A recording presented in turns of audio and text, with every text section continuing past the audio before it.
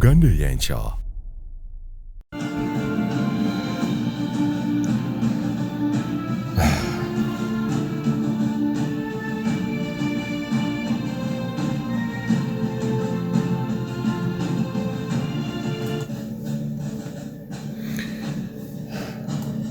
Butereevu abali ku mukutu ogwa Uganda y'enkya n'emikutu gyaffe gyonna emirala. Sitera kujja budde bwe buti, of course it's rare. Lwaliro n'amaanyi matono.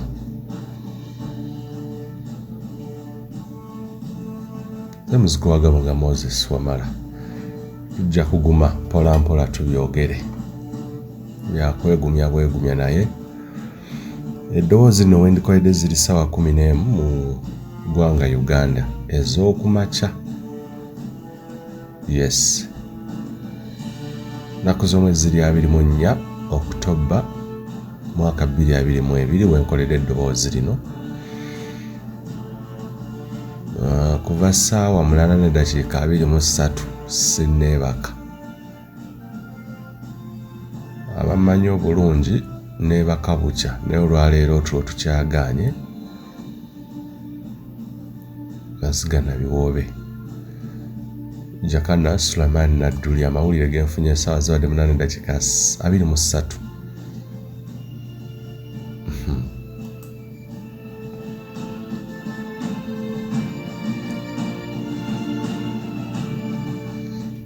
Jakana mufu mugenzi kati.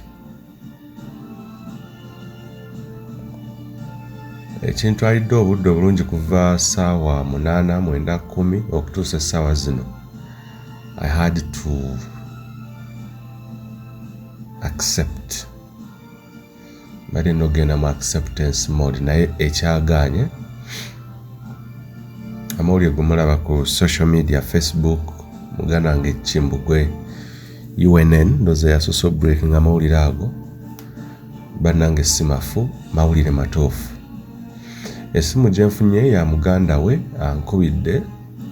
Sitera kwanguwa kwebaka naye bwe ndabye essimu nenga ssaawa 8 kiki?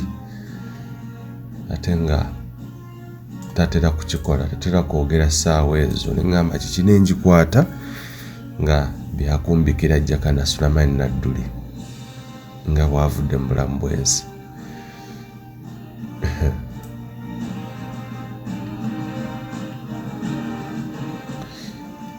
Ekintegeezeddwa kigambibwa nti Jakana avudde mu bulamu bw'ensi ssaawa zibadde 5 Sande. Olunaku lw'Essande ennaku z'omwezi 23 omwezi ogwa Oktoba 2022 kigambibwa nti avudde mu bulamu bw'ensi ssaawa nga 5 ez'ekiro.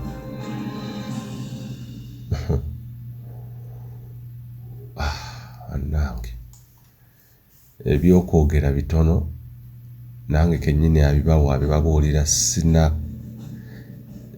I've failed to accept it. Kinnemye okukkiriza nti ddala kituufu. Kikyannemye. I've failed to come to terms with a statement. Nkyalemeddwa okukkaanya ne statement eyo nti ddala kituufu. Mukulu wange Jakana Nadduli avudde mu bulamu bw'ensi. It's hard to believe. Nno sikaabirangako muntu ng'avudde mu bulamu bw'ensi tekibangawo naye nange noza will just break the news sooke tufune obudde okukakkana obulungi naye amaanyi temuli, amaanyi matono. Naye nga kyolina okumanya ntegeezeddwako nti bamusanze mu buliri nga kigambibwa ng'abimbye ejjovu. Ndowooza okumuddusa mu ddwaliro nga kiri leeti. Ne bamusanze mu kisenge mu maka ge oba waabeera. My God. Nga takyasobola kwogera yadde okukola ekintu kyonna. Era tewayise budde n'ava mu bulamu bw'ensi. Jakana Nadduli. nasembayo okwogera ne Jakana ssaawa zaali 7:05 olunaku lwakutaano nali luweere era abalaba ka vidiyo ako ndowooza n'akavidiyo ke nassaayo bw'oba mugoberera musogenda ku mukutu gwa Uganda ey'enkya wansi vidiyo ziringa 2.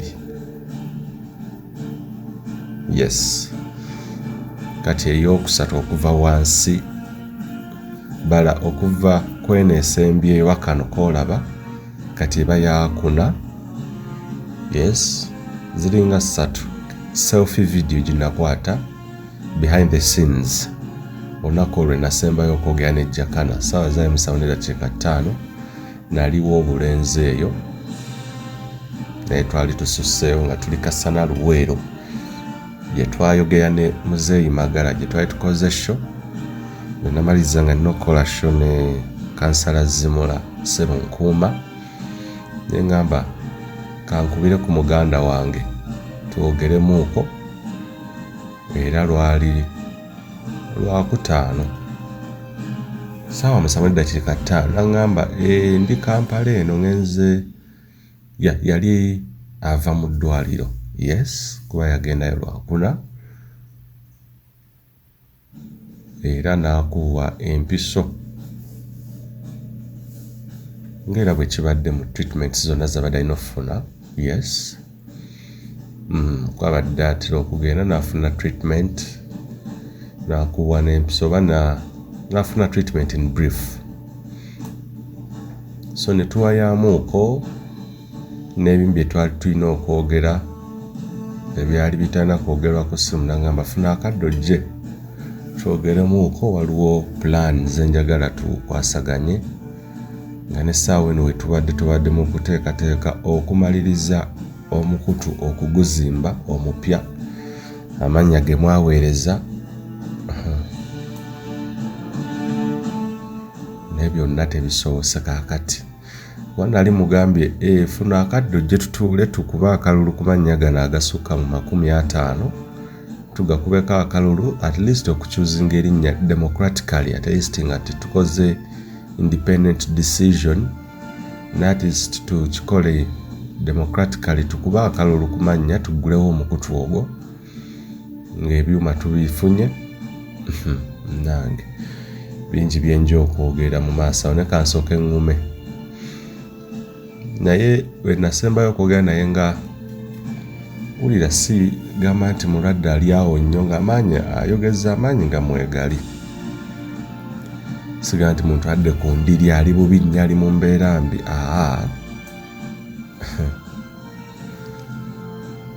Okusinziira ku ssimu gye nasembayo okwogera naye he didn't sound frail unlike the other days while he was bedridden nga yakava ku accident. This time round he was very fine. He sounded like a very fine person.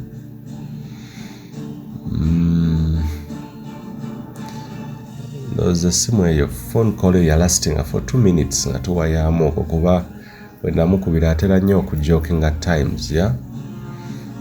Asooka ntujokingamu naye ne bye twali tulina okubeera nga tukola ne vidiyo gye twali tulina okukola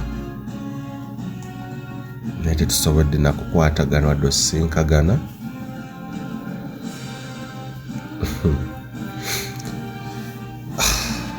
Nange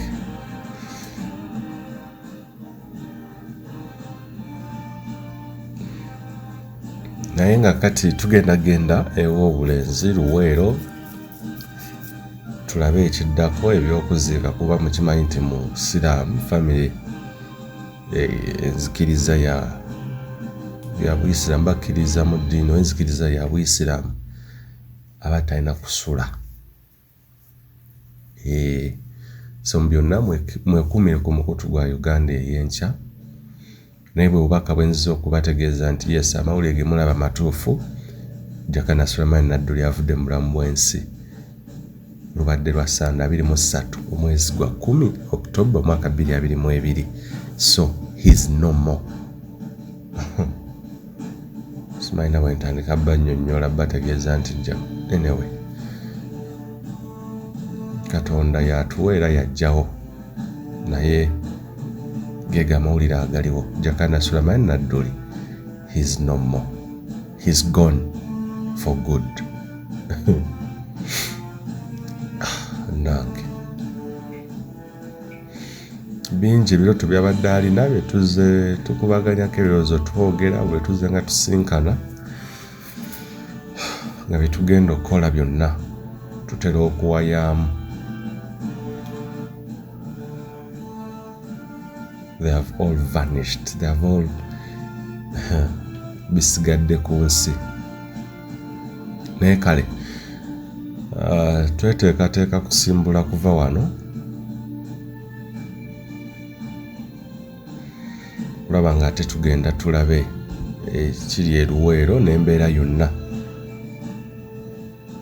Musigale ku mukutu. Nze muzikwaga nga mwezi wamala mugume ffenna tugumire wamu naye. It's hard to believe and being strong. It's hard.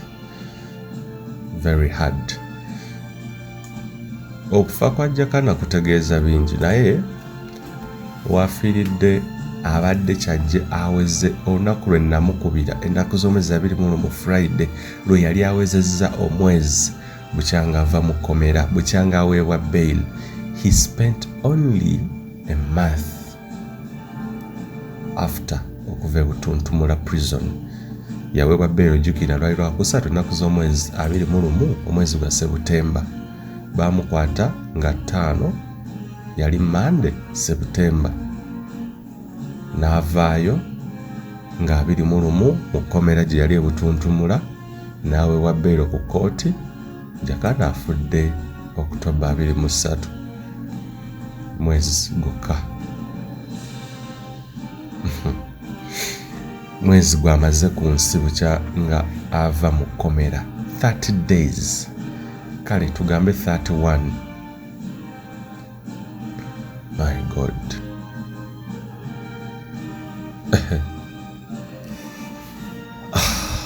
Come on.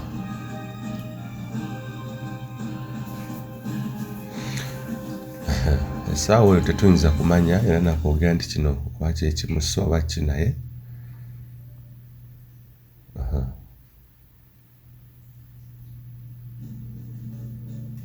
Nkugamba nti amaze omwezi gumu nga kyajje ave mu kkomera. Ne allegations yateekawo ez'okumutokyali ng'omukuba naki n'akabenje ke yafuna mu March.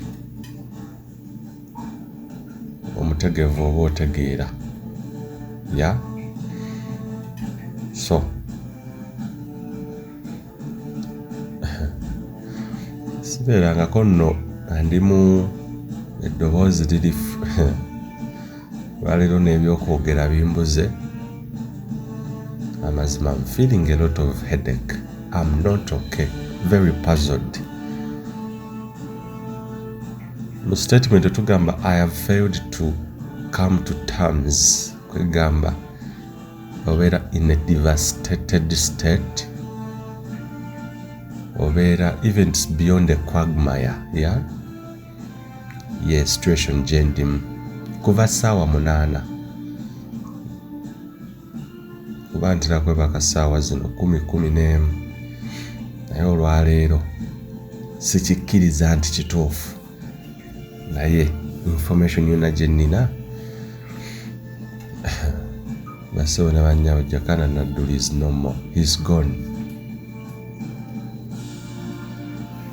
My God.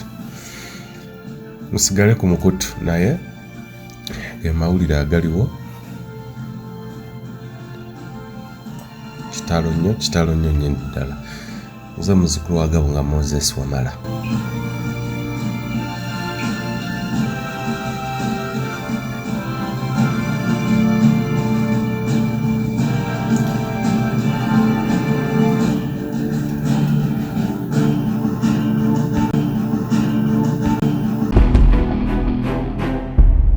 Uganda y'enkya